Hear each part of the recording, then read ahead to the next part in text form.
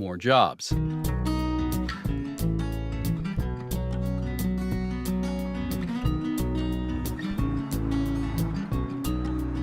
Now I need to get myself over to Cleveland to check out what I hear is a supersized twist on a time-tested idea.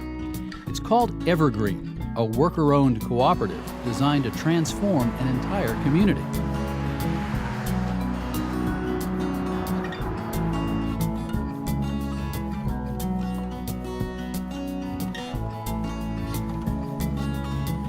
This is my neighborhood. This is where I grew up at. This is a building I grew up at.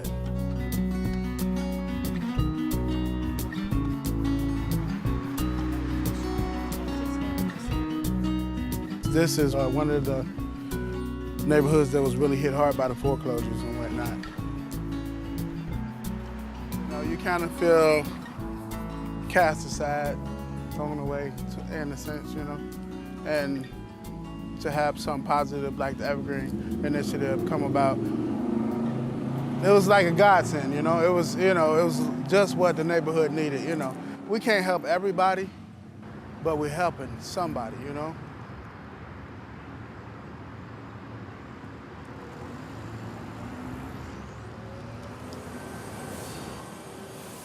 This is where we're going in the back. This is where the dirty linen comes in. This is where it all starts at. The laundry co-op has figured out ways to cut back on water use and is the greenest commercial laundry in the state of Ohio. But the big bet here is on jobs. That's my man Cortez. Good guy. Been knowing Cortez for a long time. It's my man Isaac. Good guy, dependable. Being an owner, you do pretty much whatever is required. Whatever, and I mean whatever. So, you know, a lot of times I do a lot of things that, you know, the average person would be like, you're a manager, you know, so I have no problem with it though. Whatever we have to do to make this company successful, I'm up for doing it, you know, so.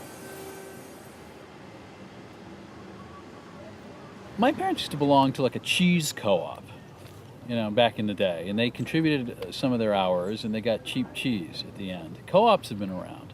But what you're doing is structurally quite different. It's really what, industrial size? That's exactly right. As Americans, we tend to think of a co-op as often a food co-op. That's the thing we're familiar with. It smells like patchouli and it's kind of hippie.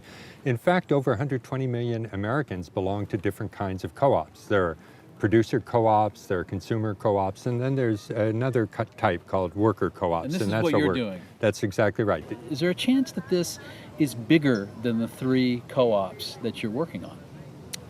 First of all, 3 co-ops employing 150, 200 people does not get at the heart of the problem. You have to reach a certain scale. So the challenge is, can we create a network of 75, 100 companies, each of which are employing 50, 60, 70 people?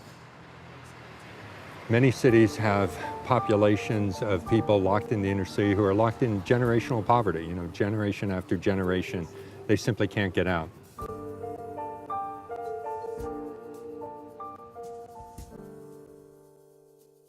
The strategy here is to find a way to tap into the big budgets of some of the major institutions in the city. The big 3 anchors in Cleveland, the clinic, university hospitals, and Case Western, together purchase over $3 billion of goods and services, and very little of that currently is sourced locally. They're the legacy of the manufacturing strength of Cleveland a few decades ago or 50 years ago, and they're the kind of businesses that don't get up and move. The co-ops are pressing these institutions to shift business toward them, so the money turns into local inner-city jobs. It's extremely heartening to see how these large institutions, which aren't going anywhere, have come to the realization that their fate is bound up in the fate of the community, that they're not islands unto themselves, that if they're going to grow and succeed in their own business model, the community needs to succeed as well. So they've been extremely forthcoming and supportive of this strategy. The bet is when Evergreen got started, we're going to fail because of who they hire, you know. And our bet is we're going to succeed because of who we hire. you know? When you hire people this is their last chance of being, you know, having a productive future or really doing something for their children or themselves, those people's backs are to the wall. So they know, hey, I can't mess this up, you know? And that's what we're betting on, you know? That's what we're betting on.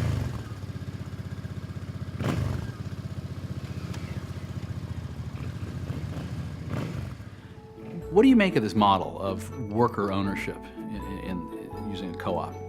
You know, I think worker ownership is the wave of the future with various forms of co-ops, which is about democratizing ownership and rooting it in community in ways that can also scale, because you can do larger scale enterprises that require more capital, but also still maintain the roots in the community.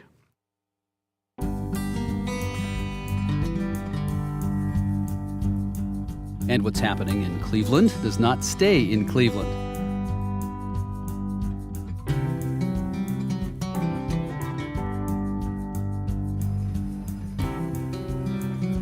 I get a chance to spend some time with some wonderful women from Austin, Texas. Their new co-op is just getting off the ground. The 4 worker owners are calling their business Yo Mama's Catering. I wanted to be a part of Yo Mama's because I've worked 9-to-5 jobs and I've had my 2 kids and found that I just don't fulfill all their needs, but I have goals of something bigger for them. Yeah, it's perfect. Doesn't need a thing.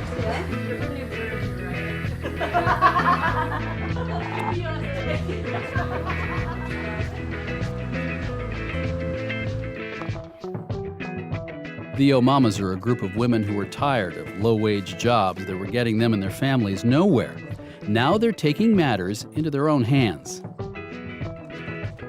For me, it's like a dream, like, you know, sustaining ourselves, like sustainability, and, you know, good times, and working with our friends, you know. I think we're having a good time too. It's not like, It looks like you are. It's work, but it's also fun. So. When I was approached to be part of, again, this larger movement, to work with Jeanette and Sylvia, I almost broke down in tears. This is like what I've wanted as long as I can remember. I feel like I'm part of this larger social movement of people starting their own businesses that are local and considerate of, you know, the triple bottom line. You know, the business, the community, and themselves and their workers. The Yo Mamas have been taking a class in Austin that teaches the ins and outs of setting up this kind of business. CBI stands for the Cooperative Business Institute, and it's a 16-week-long program in worker co-op development. And it basically runs the gamut from the basics of what is the worker cooperative to the more technical side of things as far as what it takes to own and manage your own worker-owned business. Tonight, we're excited to share with all of y'all our first graduating class. And with that, if you could help me welcome all the mamas up to the stage to join us.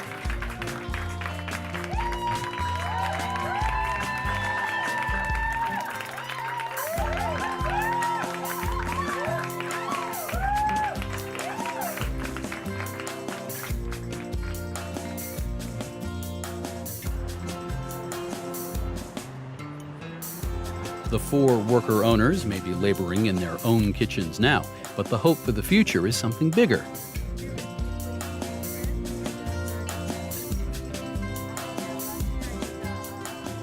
I envision that one day I'm walking up to a space and I'm going to unlock the door and I walk into our cooperative. We start our day and I see my friends that are my coworkers. We get to decide what's on the menu, what the special is. The kids are welcome, and that I can make my mom and my dad smile.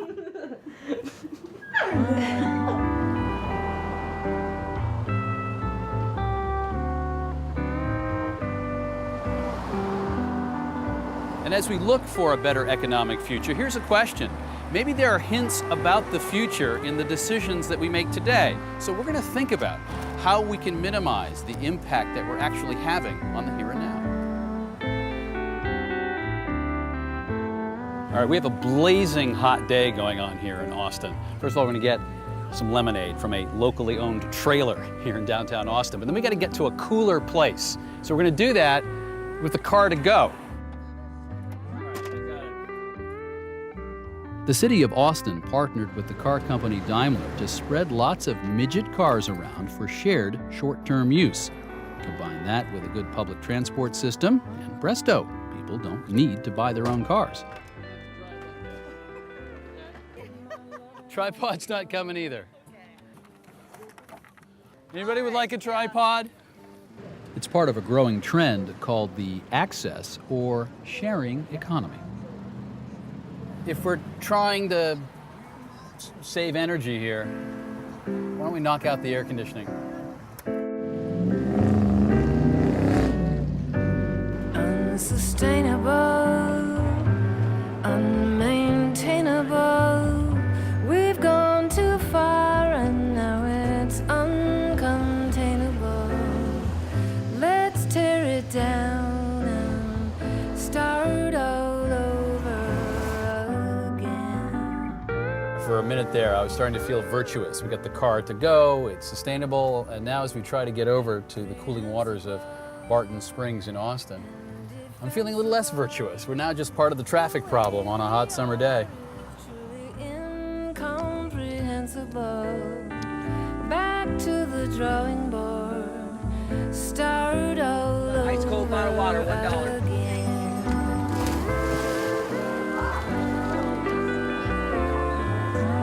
Madly, we loved you madly. We would have gladly maintained. Now, if we calculate economic growth the traditional way, I should be going to the shopping mall, buying something, making the economy quote-unquote grow.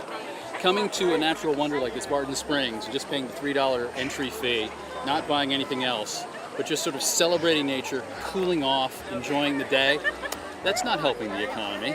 It's too bad that economic measures don't account for something like this. And the fact is, maybe they should.